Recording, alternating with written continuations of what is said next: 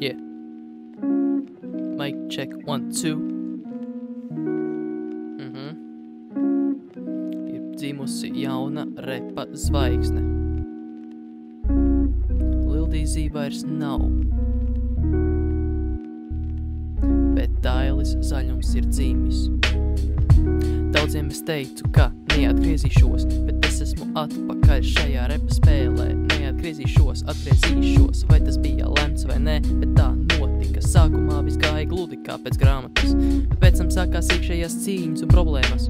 Iekšējie dēmoni un depresija pārņēma varu, man vairs nebija kontroles, bet negaidīti kā no debesīm ieradās tā viena īpašā meitene kā sargaņģelis.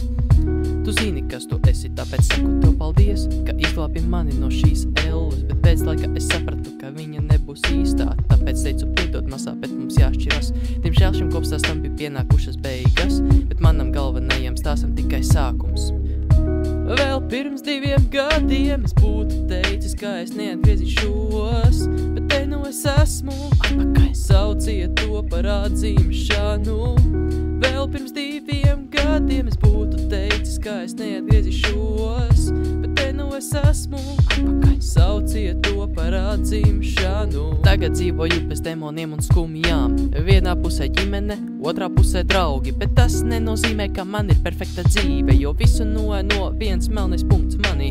Nē, tās nav atkarības, nē, tā nav spītība, tas viens melnais punkts manī ir mans slinkums. Un nē, tas nav labais slinkums, kas dzīvo manī, tas ir tas treķiskais, kurš parauj tevi bez stipendija. Iedomājies situāciju savā dzīvē, kur vecāki tev pajautā, lai tu kaut ko mājās izdari, bet tu pasaki tūlīt es eju darīt, bet tu tā arī neizdari. Vecāki kļūst dusmīgi, viņi sāk tevi rāt, ka tu neko nedari, tu sāc strīdēties pretī, ka tu dari kaut ko. Tā tas slinkums izpaužas. Vēl pirms 2 gadiem es būtu teicis, ka es neatgriezīšos, bet te nu es esmu atpakaļ. Sauciet to par atzīmšanu.